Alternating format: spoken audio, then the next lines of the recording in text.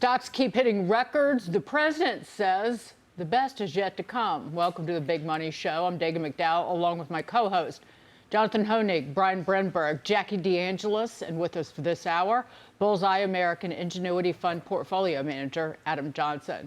The White House economic team betting big on 2026. That's the message to potential midterm voters. Inflation will cool, jobs will rebound, and the Trump boom will be back in full swing. GDP, that's our economy, is growing at nearly 4%. That's the second quarter. That's a little rear-view mirror action there. But hiring has slowed. Still, the message from the White House is clear. This is a long game. And while the media raises alarm bells here, there, everywhere, on a downturn, Wall Street investors don't seem to be sharing that view. The S&P 500 is pacing its longest winning streak since May. Lower taxes, fewer regulations, a smaller federal government. American manufacturing is back. That is Maganomics. And so far, Wall Street is betting on a revival. Wall Street, it's everybody who has money in the market, Jonathan. We always talk about Wall Street. Oh, sure, right. But with the market doing what it's doing, and I will stay away from the mania talk, the market is forecasting next year will be better if it's running like this. Yeah, markets are forward-looking, and I've been impressed, Dagen, because the action that we've seen for the better part of the last 4 or 5 years in those big-cap tech stocks, it continues today with this AI, AMD deal. What worries me a little bit is the concentration of the market. I mean, we've got 10 stocks accounting for about 40% of the entire S&P 500 right now, but the market is strong, the market's optimistic, and it's forward-looking. So, in effect, it's forecasting good times to come. Who wants I agree. And I'm just going to add to that and say all the stuff you said in the intro, I actually think will be true. Some of it's going to take a little time to bear fruit, but then you've got a Fed that looks like, for once, is trying to do the right thing. Jerome Powell, at least until he's not the Fed chair anymore, expectations are still that we'll get rate cuts this year in the later this month, and a December cut as well. And so I think that will continue to give the market optimism. Cheap money will be out there. The inflation picture is the one thing I would say we need to watch. We need to watch it closely, but nobody seems to be panicking with where it is right now. So should it stay stable or be able to come down a little bit, then you've got a situation kind of for a Goldilocks market here. What do we think about just wait till next year as your marketing pitch for the economy? I think it's a smart pivot. It's a subtle acknowledgement that there's some weakness in the labor market. A lot of the other things are going very well, certainly going Mr. Trump's way, President Trump's way. With GDP, I think, Dagen, you pointed out almost 4%. That's very strong. I think we're going to see, as earnings begin next week, it will be the fourth consecutive quarter of double-digit growth, coupled with near-record margins. That's the best combination fundamentally for stocks that we've seen since 2021. Add to that, we've got two massive stimulus programs, one in the form of $17 trillion of foreign direct investment, deals that have been announced by the Trump administration since President Trump took office. $17 trillion, just for context, that's half of U.S. GDP and 4 times the stimulus we saw during COVID. The other stimulus is the amount of money that, and I know it scares some people, but nonetheless, it's happening, being put into AI investment, $320 billion this year, going to $420 billion next year. You start adding all this up, and there's a lot more to like than to fear, but that's why I say it's, I think, smart of the president to acknowledge the weakness in the job market, because it keeps him grounded and says, you know, we're going the right direction. I don't know. So this is kind of like the idea his advisors are floating, right? Wait till next year. I don't know if it's the president's strategy quite yet. It sounds like me at the end of a Minnesota sports season, basically. There's always next year, which I don't know. No. I don't know if not. Okay, but here's my thing. The president's approval rating on the economy has gone down. It's terrible. And I don't think that's because it's necessarily due him. But I do think the zone on the economy has been flooded by a lot of stuff. Okay, you had the big, beautiful law, and that was there. But I think it gets eclipsed almost on a daily basis by a new trade thing. Okay, Right. Last week or the week before, it was kitchen cabinets and upholstered furniture that's going to get a new tariff, all right?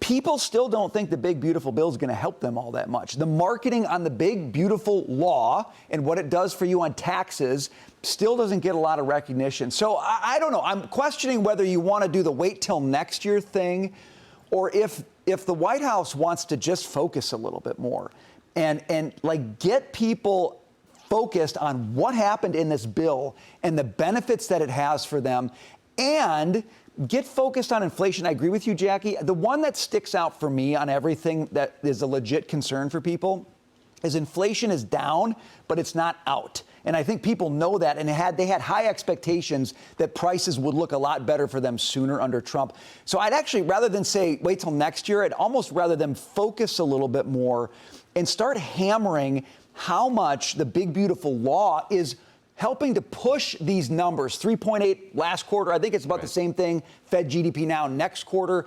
Get back on the growth train that I think was Trump's real strong point in his first term. Right, it is pretty surprising, given a lot of those positive numbers, as you mentioned, Brian. I mean, a 62% disapproval rating for President Trump on the economy. I mean, I don't remember a time with such a dichotomy between when the market was doing so well, yet the perception of the president was such a disapproval on the economy in particular.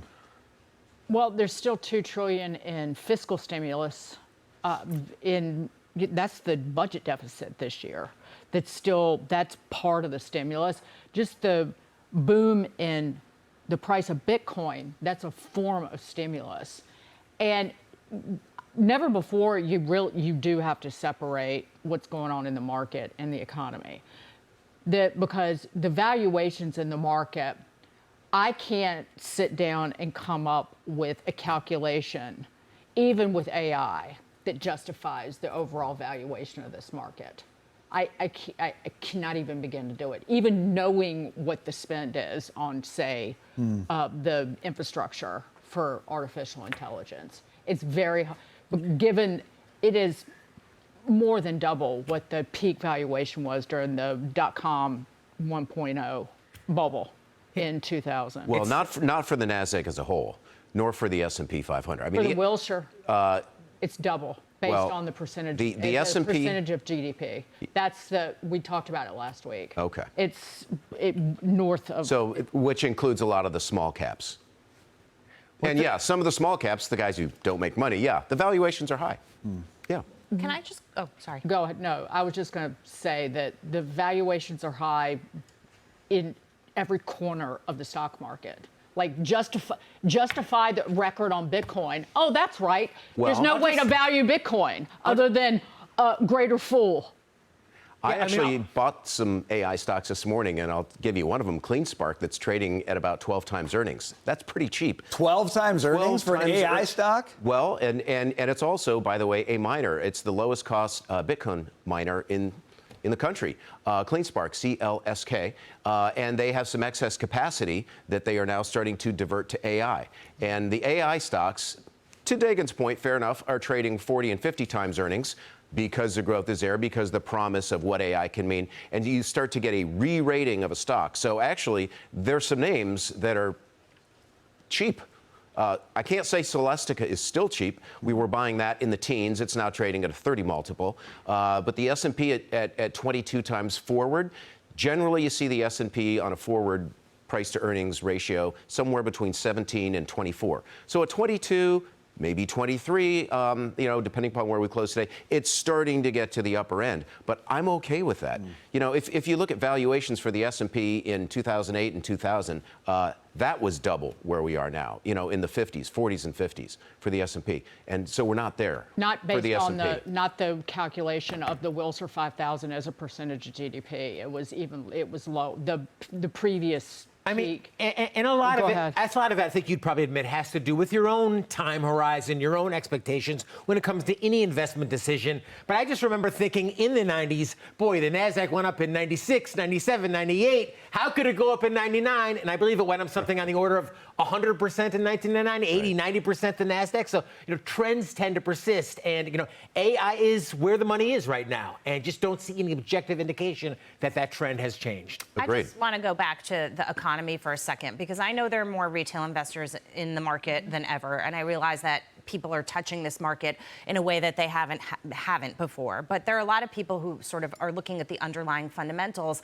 and that's where these approval ratings are coming from. I don't mind this wait and see approach. I think it's realistic for the administration. It's what I have to do every year in sports. To be forthright. But I don't think it's the same as like, oh, we lost, so we have to wait till next year. That's why I made a comment. I agree. This is like, you know, I'm in the first year of my administration. I had to really crack some skulls to get some things done here. The situation I was handed before was pretty awful. And so working our way out of this is going to take a little time. And you brought up the kitchen cabinets. I recently did a project where I needed kitchen cabinets. And the order was placed before the tariffs, and the cabinets were purchased from Europe. But I can tell you they were very expensive. And if I was doing it again and there was a 30% tariff on kitchen cabinets, you better believe I would have found a way to make it happen domestically to save money. And I think there's a big, you know, segment of the population on these little aspects, Brian, where we're going to see tariffs come into play that are going to shift their purchasing patterns. And this isn't like a car, like I can't necessarily get the all-American car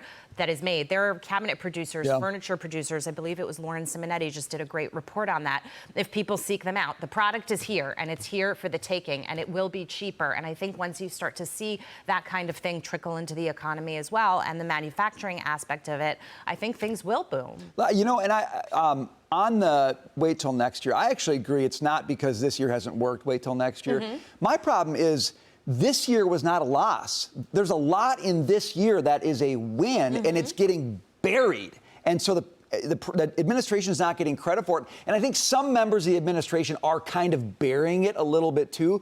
But that's my problem with what they're doing now is get people refocused on the economy. Like you win on the economy. You win on tax cuts. You win on deregulation. You win on energy prices. You win on domestic manufacturing coming back too. But don't concede this year to next year. You don't know what's going to happen next year. And I think for the American people to feel like this year's been conceded, it's like, don't concede a loss that you didn't lose. And even the unemployment numbers, although they're worsening, they're certainly on a historical basis still quite What's the unemployment rate? Strong. 4.2%? Exactly. I mean, this isn't 2009 all over again. Not yet. And people are creatures of habit. They like to just go after the same thing. So on this manufacturing push to get purchasing patterns to change, it's sort of like ripping off an uncomfortable Band-Aid that I imagine people won't like. But I also imagine when they see higher prices from imported products, they will find out. They will make ways to find alternate solutions. And it might be a little painful, but he always told us from the beginning that it would be. But we keep talking about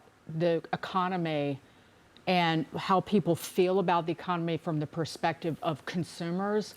But quite frankly, people who work for small businesses and own small businesses, and depending on the industry in which you work, say if you're a farmer, you've been screwed this year because of the trade and the tariff fight. People have lost their jobs. I know a lot of people who have lost their jobs. It is like COVID all over again, where the big get bigger and they can manage their way through this up, down uncertainty because they have armies of lawyers and lobbyists. But people who have small import businesses, they don't have that. And it is COVID all over again, where the big get bigger and the rich get richer, and mom and dad who run a small business, well, you're out of luck. Yeah, certainly the smaller companies that can't go those exclusions, those exemptions, and the best performing sector this year, not even AI, it's gold. Exactly. So the reason stocks are running is because the Federal Reserve has decided, hey, we're not going to fight inflation anymore. It's at 3%. So you're not going to buy longer bonds, 3%. You get paid 4%. That's a crap return. And the dollar's declining, so you want global companies, so at least you get some ballast there. And stocks are a better hedge against inflation than bonds are. Go ahead. Speaking of stocks, big of the news of the day, we're looking at AMD. The stock is soaring after landing a massive chip deal with OpenAI. OpenAI is going to buy AMD's largest GPUs to power its future hardware. In return, AMD is going to give OpenAI the chance to buy up 160 million shares. That's about 10% of the company. It's a 10% stake. Incredible. Stock's moving on this. Wasn't it like 2 weeks ago NVIDIA put $100 billion or something into OpenAI? It was just like the huge I just think it's fascinating. Like Nvidia puts money into OpenAI. OpenAI puts money into AMD. Right. Like Nvidia's like, wait a sec now. Didn't we just help you out 2 weeks ago? It's really an interesting circular thing going on. Well, It's a circle, and you know what word I'm going to use, but I'm not going to use it because it's noon. It is, And I don't want to get fired. I know what you mean. Okay. Yes. I mean, it's a virtuous circle. These companies are powering the future, and we're starting to see AI now integrated into everyday companies. So this is changing the world for the better. Now, whether these are good investments or not, I don't know. But my God, you have to look at AI and be impressed. No, I agree. It's just this very small group of companies that are all investing in one I know another. what you're saying Well, now. I called it A incestuous. circle of.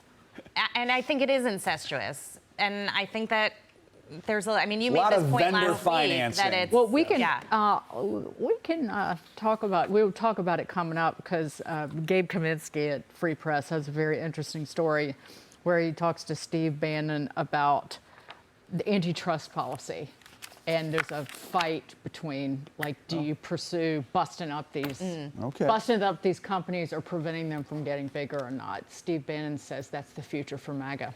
Interesting. Make sure to tune in to the Claimant Countdown today at 3 p.m. Eastern. The chair and CEO, Lisa Su, and OpenAI's co-founder, Greg Brockman, will be joining Liz. You cannot miss that. Coming up here, socialism.